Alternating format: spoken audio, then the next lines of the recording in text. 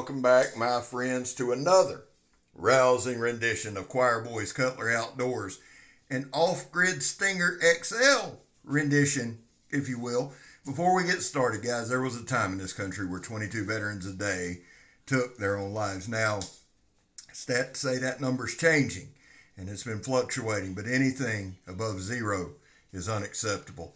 That's all that means, man, is we love you and you have a place here. We back to blue over here. We support Leo, all to the chagrin of many. How do you do that, Scab? Well, we don't break the damn law, and when we do, because we have, we take responsibility for it. And finally, if you are an addict, never quit quitting. So, this is the off-grid Stinger.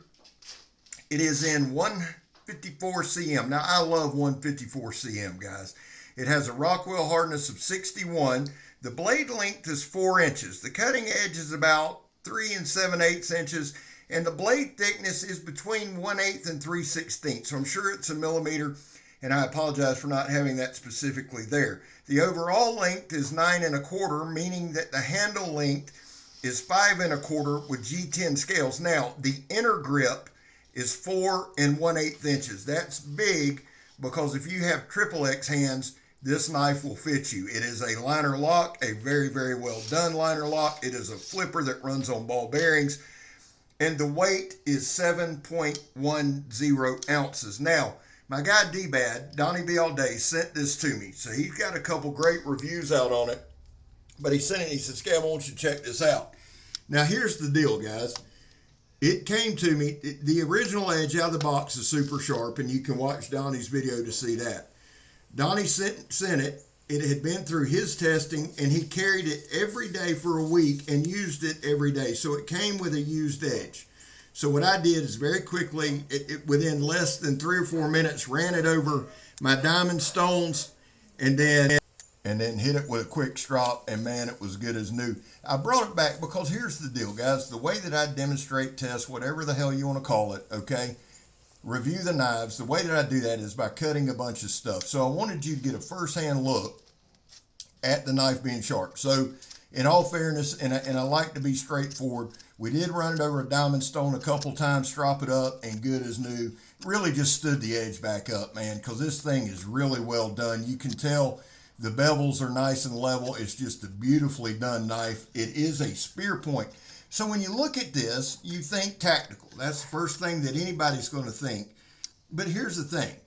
Our knife and our channel focuses on the practicality and functionality of knives. That's what we do. Is it functional? Does it work? Not all of us are in a tactical situation. In fact, the very, very, very few minority of us are. So, does the knife work? Yeah. It sure does. It's sharp as shit. It's done really well done. I love the flipper system. It's a very smooth in and out. And you'll see me open it and close it throughout the whole thing. Now, personally, I love a spear point. I really, really do. And to me, there's a lot you can do with it. And I love the aesthetics. I'm not gonna lie. I love the look of it. It's just got a badass look to it. It's a great folder. This thing is the blackout edition. It's all blacked out. Very well done. And it's coated with a tumbled black DLC. And I will say this, going through Donnie's testing and turn around going through my demonstrations testing, the coating held up insanely well. And again, guys, that's what my background is, sandblasting, powder coating, that type of thing.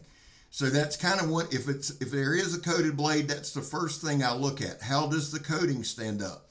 This stood up phenomenally well, and you can see throughout the demonstration that the edge held insanely well. Stood it back up and it performed phenomenally. Took all of my stuff and just made short work of it. It really did.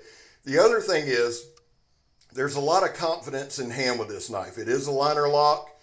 Personally, and we've covered this many times, if a liner lock is well done and the lockup on this one is, I'm fine with it. I really am.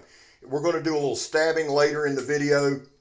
We're also going to do a little batoning. Now, since it's not my knife, I disengaged the lock for the batoning, and we'll talk about that when we get there. But everything that we seem to throw at this knife, it handled very well. And again, very, very comfortable in hand. The handle is to me, is perfect. It really is. Now right here, here's that 2-inch ratchet strap.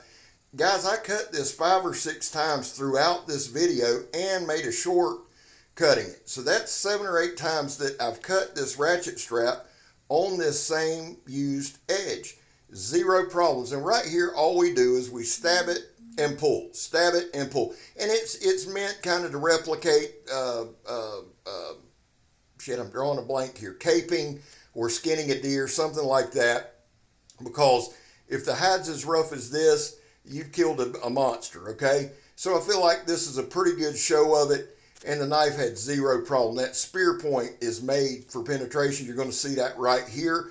This is our 2-ply, 2-inch air hose. And right here, guys, and again, let me explain this particular demonstration. I push the knife in, push the point to the other side of the pipe. I don't go all the way through, and then we pull down, putting constant pressure on the pivot and on the tip, and it puts a little bit on the edge as well. So it puts stress on the knife, no slippage, no coming undone, none of that. Handles very well. Now right here, and again, I mention this often, I'll do something stupid.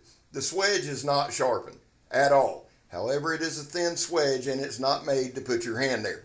That is my fault, not the knife's fault, asking the knife to do something it wasn't made to do. And just be aware too, the knife's made for penetration, right? A spear point is a penetrator, is a stabber. Not a let's rest our hand and push down on it. However, a quick adjustment, and you can see, and I like doing this with folders as well, because it does put stress on that pivot, right? Puts a little extra pressure on it. Now, after doing that, after putting pressure there, we're going to open and close several times. And again, guys, it's not that I'm new to a folder. I've carried a folder for almost 45 years, reviewing them, demonstrating, and you see there what I was talking about, reviewing and demonstrating them. So I'm trying to find my way, trying to find a way to show the knife and show how it works. So some of this stuff might be a little more redundant, and we're coming up on a major overhaul anyway. We're going to overhaul a lot of our cutting mediums. I've got to get a new stump. Y'all can see that the stump is just shot. I mean, it's just gone. And as soon as we get some time, we'll replace that. But this is a slicey little knife, and I say that lightly because it's a 4-inch blade. And look right here, man. After all the cutting we've done, and we cut polyester rope. I threw in that nylon polyester rope, which is just, I hate it, but it's a good medium to cut. After doing all that, and it's still, you just see the slicing right there. Now, right here, we're going to do the Donnie B All Day drop test. The Donnie B All Day, throw it at the stump test. We do that to check the liner. We do that to check the tip. We do that to check the balance. There's a lot of reasons we do this right here, plus it's fun as hell. Now, again, the knife performed beautifully. It's well balanced, very well balanced. You can see right there, it's just a gorgeous, aesthetically, it is a beautiful blade. But it held up to everything we threw at it. Now, right here, we're going to do some light batoning. I decided to disengage the lock. Well, it's going to be locked. I'm going to tap it in, then I'll disengage the lock as we do a little batoning. That'll prevent lock up, lock rock, and all that. Again, it's not my knife, and we're not trying to abuse the damn thing. We're just showing what it can do, right? We approach each and every knife review like this. If this was the only knife you had, right? That's why I don't like doing comparisons and all that. I just don't like it. If this was the only knife on you, would it work? Would it sustain you? Could you make it go? That's the way that we approach these demonstrations. That's why we cut as much shit up as we can. The other reason I cut a lot of stuff up is this. Do you have to change your grip? Is it comfortable? Is it easy to manipulate? Answer to both of those is yes. I really didn't have to vary my grip or do anything out of the ordinary. I just let the knife work, and you can see those nice little shavings there. So overall, my overall thoughts on the knife is badass. I love a flipper. I love a spear point. I love the blackout look when the coating is on there. And you can see right there.